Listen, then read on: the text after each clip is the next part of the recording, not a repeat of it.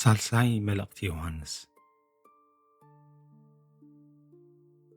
ካብቲ ሽማግለ ናብቲ ፍቁር ኣነ ብሓቂ ዘፍቅሮ ጋይዮስ ኣታ ፍቁር ከምቲ ነፍስኻ ዝተዓየት ብኩሉ ደሓን ክትህሉን ክትዕንምኒ ኢልካ ኣለኹ። ንስኻ በታ ሓቂ ትመላለስ ከም ዘለኻ ኣሕዋት መጺኦም ስለ እታብኻ ዘላ ሓቂ ብምምስካሮም ብዙሕ ተሓጐስኩ። ኣነ እቶም ደቀይ ብሓቂ ከም ዝመላለሱ ካብ ምስማዕ ዝዓቢ ሓጐስ የብለይን። ኣታ ፍቁረይ እቲ ነቶም ኣሕዋታ ጋይስ እትገብሮ ዘለኻ ዘበለ ተኣሚንካ ትገብሮ ኣለኻ። እዚኣቶም ብናይ ፍቕርኻ ኣብ ቅድሚ ማሕበር መስኪሮም ኣለዉ። ንኣምላኽ ከም ዝበቅዕ ጌርካ ንመገዶም እንታፋነኻዮም ድማ ሰናይ ትገብር ኣለኻ። ንሳቶም ካብቶም ኣሕዛብ ሓንቲ እኳ ከይወሰዱ ምእንቲ ትስምት እዮም ዝወፁ። እምበኣር ስኸ ነቲ ሓቂ መዓይታ ምእንቲ ክንከውን ንሕና ነዞም ከምዚኣቶም ዝበሉ ክንቅበሎም ይግባአና እዩ።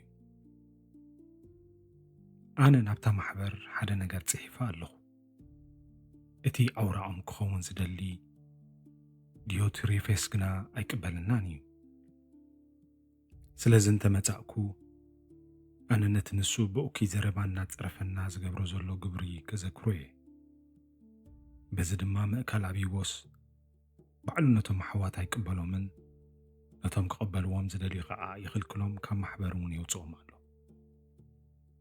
ኣታ ፍቁረይ ነቲ ሰናይ ዳ እምበር ነቲ እኩይሲ ኣይትቃጸጾ።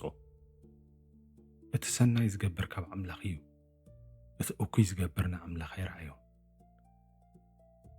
ንዲሜጥሮስ ኩላቶም ይምስክሩሉ ኣለዉ፣ እቲ ሓቂ በዕላ ድማ ትምስክረሉ ኣላ።